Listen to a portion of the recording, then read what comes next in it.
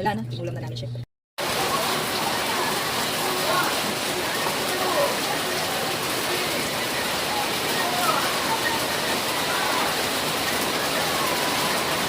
Magandang araw, Pilipinas! Marahay na adlaw, Bicolandia. Malapit na ang matapos ang tag-init at madalas na ring umuulan tuwing hapon.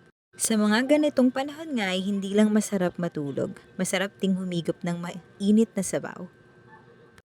At ano pa nga ang pambato nating mga Pinoy na pagkain tuwing tag-ulan?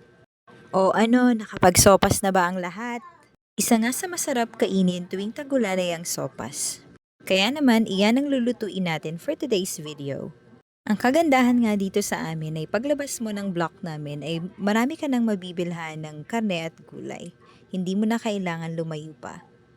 Isa nga rin ang sopas sa napakadaling lutuin. Kayang-kaya o easy-peasy lang sa mga maming katulad ko. O ayan na nga, pagkatapos mo bumili ng mga sangkap ay hiwa-hiwain mo na lahat ng kailangan mo. Para naman mamaya ay salang ka na lang ng salang sa lutuan. Masarap ngang gamitin bukod sa mantika ay itong margarine. Depende naman yan kung ano ang gusto nyo. Sa una nga ay gisa-gisa lang ng mga sangkap. At syempre sa ating pagigisa, hindi mawawala ang bawang at sibuyas. Madalas nga ay pinagsasabay ko na ang bawang at sibuyas, pero for today's video, unahin natin ang sibuyas pagkatapos bawang. Hindi ko nga rin alam ano bang pinagkaiba kung inuna mo yung sibuyas at sinunod mo yung bawang. Pa-comment naman below kung anong pinagkaiba.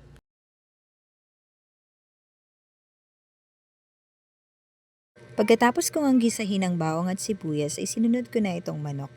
Para sa akin nga mas maganda kung maliliit yung hiwa ng manok. Depende na rin kung ano ang gusto niyo. At iintayin nga lang natin yung maluto ng konti.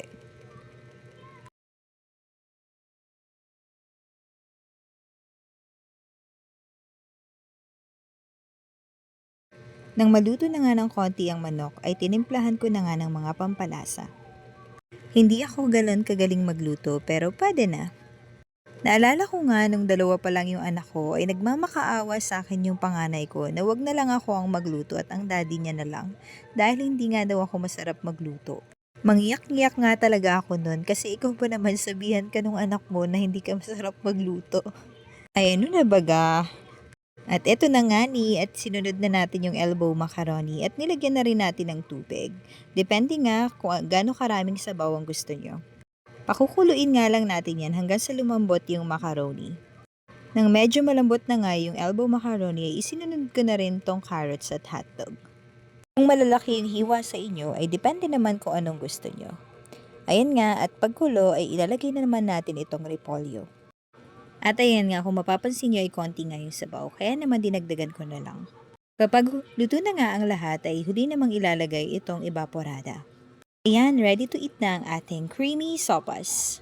Salamat sa panunood!